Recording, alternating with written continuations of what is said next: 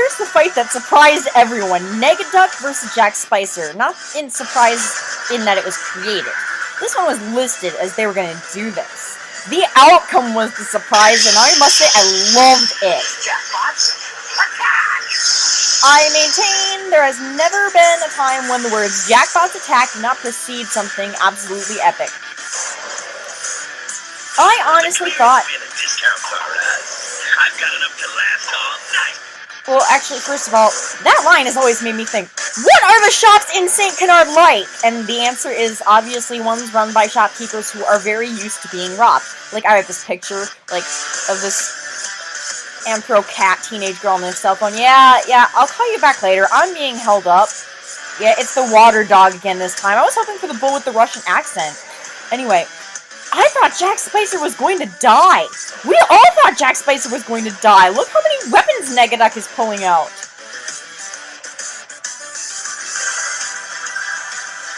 But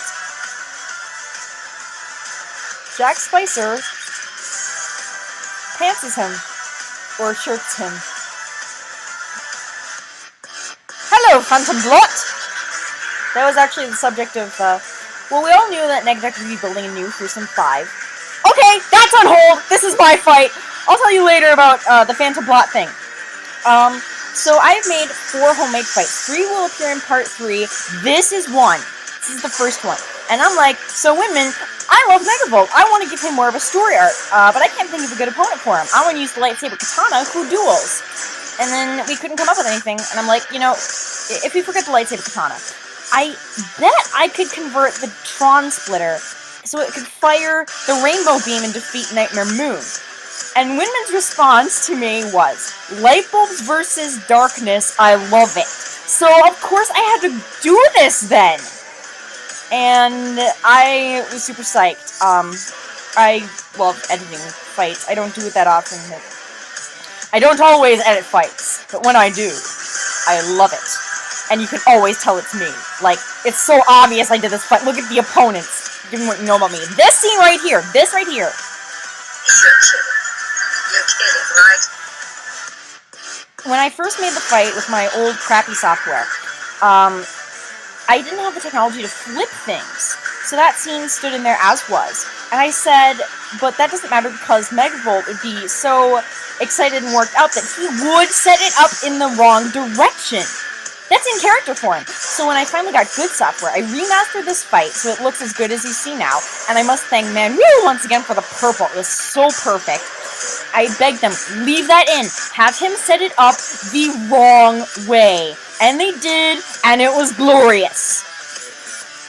So now we have Zaida entering. The Neverending Story 2. Say what you want about that movie, Zaida was awesome. And she's actually going up against Princess Mombi here.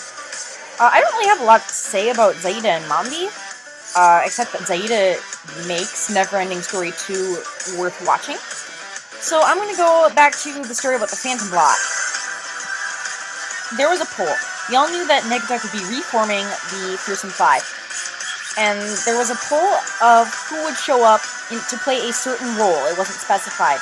We wanted to see more. The other would appear later, perhaps in part 3.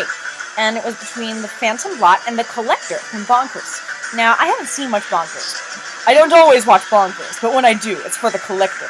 Because he's like a walking creepypasta, and like the idea is so cool. You know, we're all fanboys and fangirls, and if we're watching this tournament, we're probably cartoon fanboys and fangirls. That's like, he's us on a nightmare reflection level. And so I really wanted to see him. Okay, Count Olaf versus Nerissa here. This is important, so I'll try to wrap up quick. Phantom Blot won the poll. I was disappointed, but I rolled with it. This happened here where Phantom Blot was in the 5.2, as I call it. The Fearsome 5 2.0 reduces to 5.2. So I thought this meant we wouldn't be getting the Collector in the Fearsome 5, but as it turned out, they had some surprises in store for me. Now, as you remember, Pinhead, Olaf, and Zorg had the Lament configuration. Pinhead will not be happy if that thing is lost. Manwhoooo, sorry, had been saying for the longest time. Just come here and die while you still have the option of doing it quickly. That this tournament, this round of the tournament would have one of the, no, it would have the darkest scene bar none in any tournament. We all did not believe him. But then Narissa stole the lament configurations. Pinhead was not happy. For God's sake, do I look like someone who cares what God thinks? And he decided to punish Olaf. Have you ever seen Red vs. Blue? You know that scene where Griff answers the distress call, finds out it's the old box cannon, and does nothing but stand on the cliff and yell no, no, no over and over until people shoot at him? That was my response, my actual reaction to this scene. I mean, not like I'm angry about it or hold resentment, but this, you have to admit this is a little horrifying. Like, Zorg captures all our reactions exactly. I mean, minus the no! No! Listen, work with me, or for me. My poor Zorgy-Worgy. And, my Olaf is dead. That makes me a little sad, but, you know, this made for...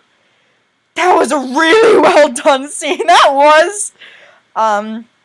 Probably with the exception of everything that Sonya Hatter 21 has ever put together. Props, man. That was probably the darkest scene in tournament history. And it just works.